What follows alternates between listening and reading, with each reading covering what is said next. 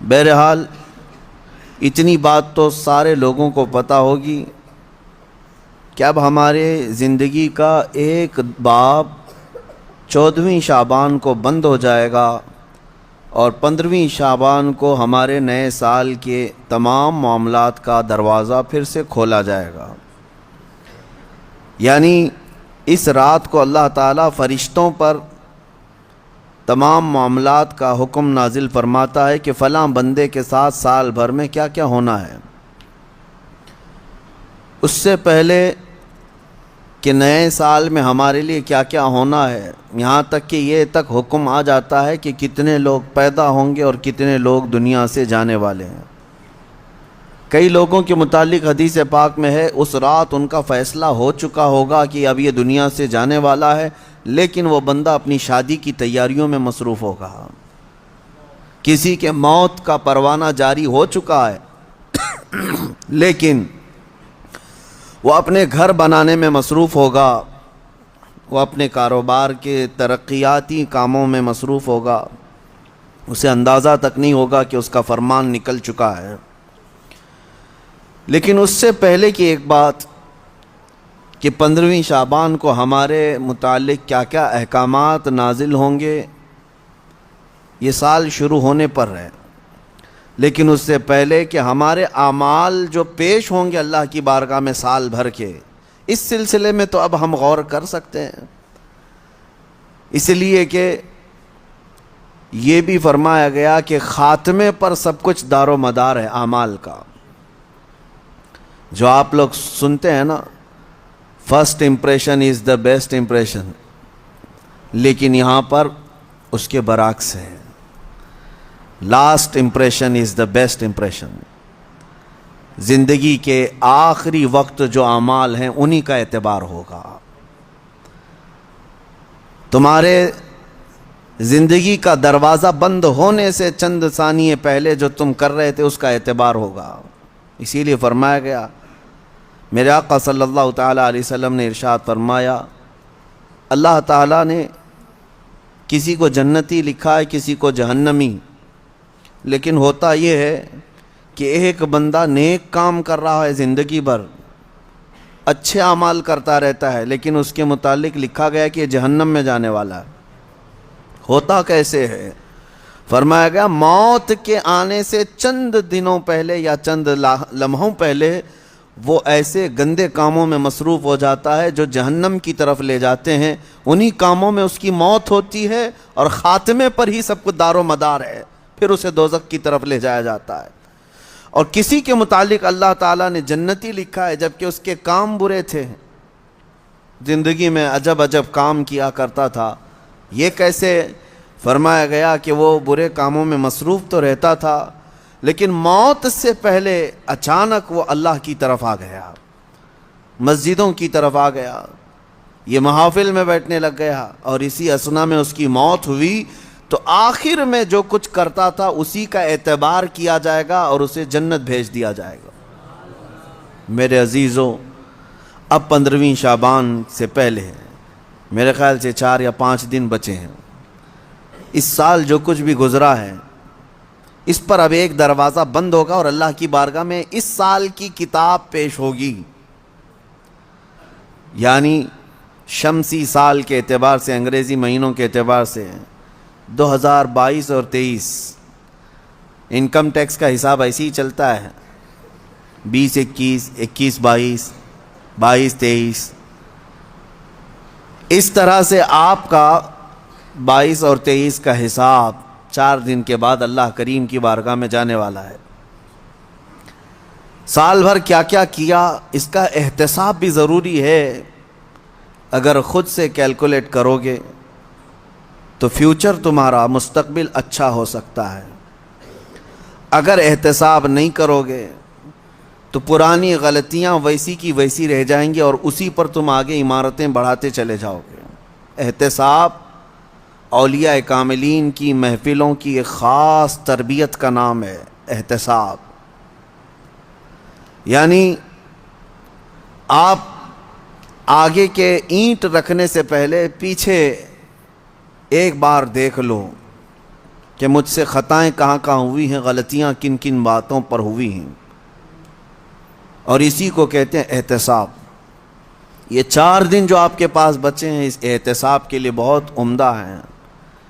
اور پھر ہو سکے تو جیسے ہمارے بزرگوں کا معمول ہے، ہم 14 شعبان کو بھی 15 شعبان کو بھی روزہ رکھ لیتے ہیں۔ وجہ کیا ہے؟ بعض لوگ خامخواہ ہم سے بحث کر رہے ہیں، اس کی دلیل کہاں ہے، اس کی دلیل کہاں ہے، یہ کہاں سے ثابت ہے، وہ کہاں سے ثابت ہے۔ ان کو شب برات کے روزوں کے متعلق بڑی عجیب سی بات ہے۔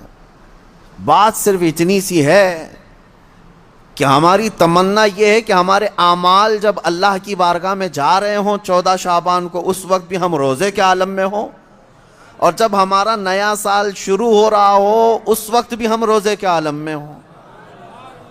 کیا یہ بہتر طریقہ نہیں ہے؟ اسی لیے بزرگوں کا معمول رہا کہ اس سال جو بھی چلا، جیسا بھی گیا، گزرا تو ہے، لیکن اخیر وقت کچھ ایسے اعمال کر لو کہ اللہ کی بارگاہ میں جب یہ پیش ہوں تو تمہارے لاسٹ امپریشن کو دیکھا جائے، تمہارے آخری اعمال کو دیکھا جائے کہ آخر میں یہ کیا کرتا تھا۔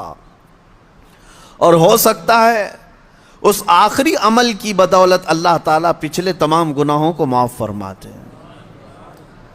آج چونکہ یہ جو محفل ذکر ہے رمضان سے پہلے کی شاید یا اب آخری ہے، میں سفر پر روانہ ہو رہا ہوں، اس میں اگلی 2 محفلیں ہماری نہیں آ پائیں گی، رمضان المبارک سے پھر انشاءاللہ ہوگی، لیکن آج میرے آنے کی خاص ایک وجہ یہی تھی، جبکہ میں مسلسل سفر میں ہوں، اسی وجہ سے میں آج یہاں پر آیا کہ میں خود اپنے لیے بھی اور سب کے لیے بھی 15ویں شعبان سے پہلے ایک ایسی محفل کریں کہ جو ہمارے اس گزرے ہوئے سال کے اوپر ایک ایسی مہر لگ جائے کہ اللہ اس محفل کی برکت سے ہمارے پچھلے گناہ معاف فرمائے۔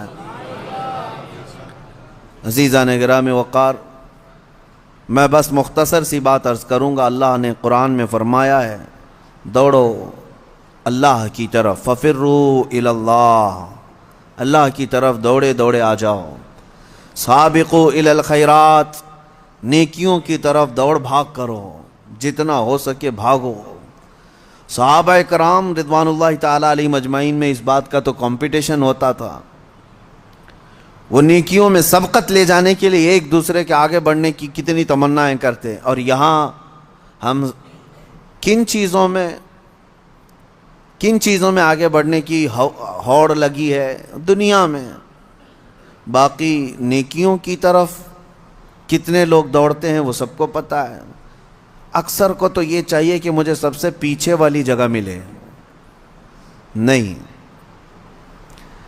سب سے آگے بڑھنے کی تمنا کیوں نہیں ہے؟ سیدنا ابوبکر صدیق اور حضرت عمر فاروق رضی اللہ تعالیٰ عنہ کا معمول یہ تھا کہ حضرت عمر کہتے ہیں میں ڈھونڈ کر کے مدینے میں کچھ ایسی نیکی کرنا چاہتا تھا جو ابوبکر نہیں کرتے، کہیں پر بھی ان کے برابر ہو جاؤں یا ان سے آگے بڑھ جاؤں۔ بڑی مشکل سے حضرت عمر کو ایک گھر ملا، ایک بوڑھی عورت جس کا کوئی نہیں رہتا تھا۔ حضرت عمر نے طے کر لیا کہ اس کے بیوہ عورت ہے، اس کے گھر کا سارا کام میں کر دوں گا، کسی کو پتہ بھی نہ چلے، نیکی کا کام ہے۔ وہ فجر میں نماز کے بعد جا کر دیکھے تو اس عورت کا سارا گھر کا کام پہلے سے کیا ہوا ہے، جبکہ وہ بستر سے اٹھ نہیں پاتی، اس کے گھر کے برتن، اس کا بستر، سب کچھ صاف ستھرا ہے۔ دوسرے دن آ کر دیکھے وہی حال تھا۔ حضرت عمر کہتے ہیں تیسرے دن میں اذان فجر سے پہلے ہی چھپ کر دیکھنا شروع کیا کہ آخر اس کے گھر کا کام کرتا کون ہے۔ کہا ایک چادر اوڑے ہوئے ایک شخص آیا، گھر میں داخل ہوا، جھاڑو لیا، جھاڑنے لگا، ساری چیزیں ڈھنگ سے رکھنے لگا، اذان ہونے لگی، وہ اس عورت کے گھر سے باہر نکلنے لگا۔ حضرت عمر کہتے ہیں میں قریب جا کر چادر ہٹایا تو ابو بکر صدیق تھے۔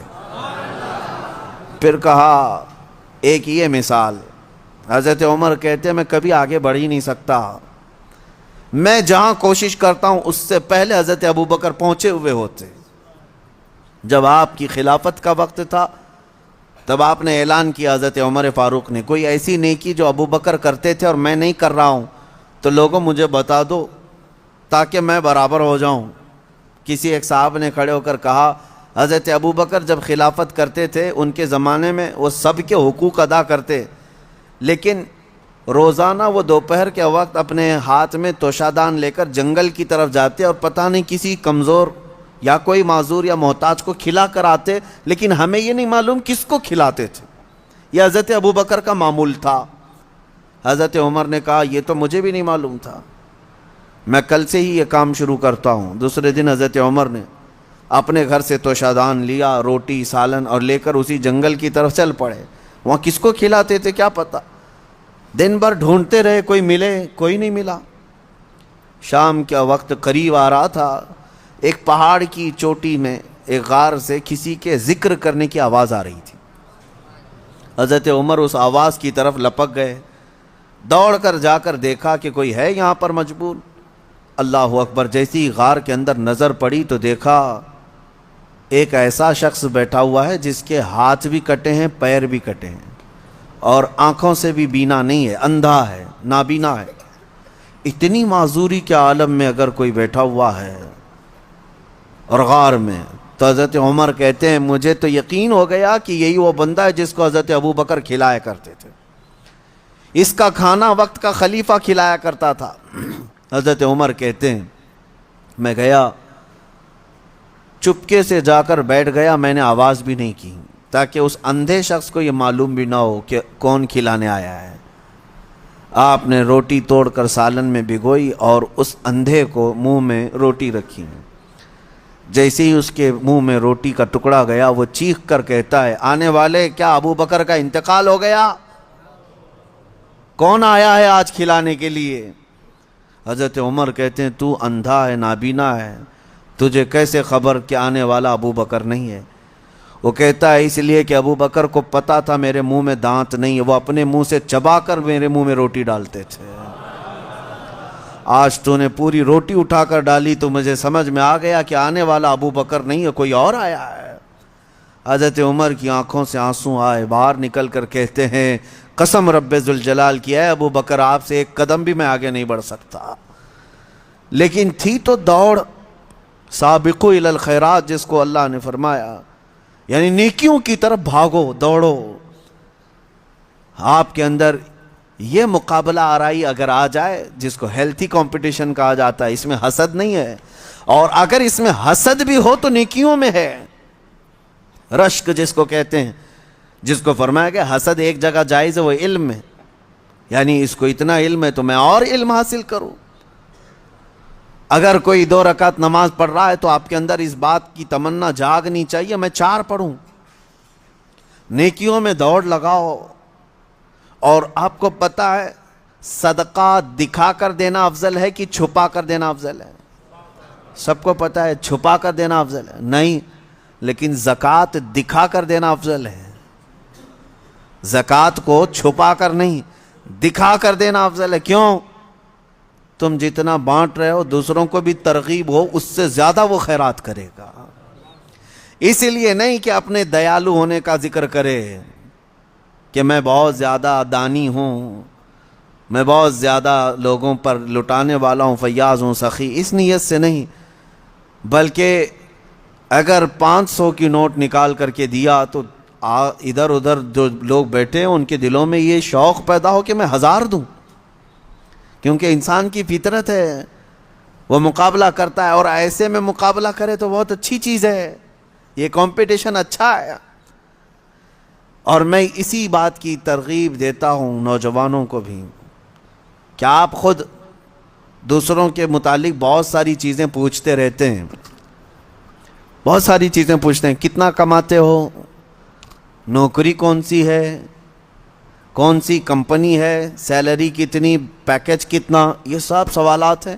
اور جب وہ جواب دیتا ہے میری کمپنی فلاں ہے، تنخواہ میری 50 سے 70 ہزار کی ہے، اور پھر سہولیات کیا ہیں، گاڑی آتی ہے، لے جاتی ہے، چھوڑتی ہے، یہ سب سنتے ہو، پھر دل میں یہ تمنائیں جاگنے لگتی ہیں میری تو 1 لاکھ ہونا چاہیے، میری کمپنی اس سے بڑی ہونی چاہیے، مجھے بھی ایسی سہولیات ہونی چاہیے۔ یہ جو تمنا تمہارے دل کے اندر آئی تمہارے پوچھنے پاچھنے کی وجہ سے ہی آئی۔ لیکن مجھے بتاؤ کیا اپنے دوستوں میں کسی سے کبھی یہ سوال کیا کتنے ختم قرآن ہوئے؟ سال بھر میں کوئی جمعرات پیر کا روزہ رکھتے ہو؟ نہیں پوچھتے آپ، نہ آپ اس کی تلاوت قرآن کو پوچھتے ہو، نہ آپ اس کے روزوں کو پوچھتے ہو، نہ آپ اس کی نمازوں کے متعلق۔ میرے عزیزو یہ بھی پوچھتے، اگر وہ بندہ عبادتوں میں آگے ہے تو تمہارے دل میں بھی یہ تمنا آ جاتی کہ کاش میں بھی اس کی طرح سے اور آگے بڑھ جاؤں۔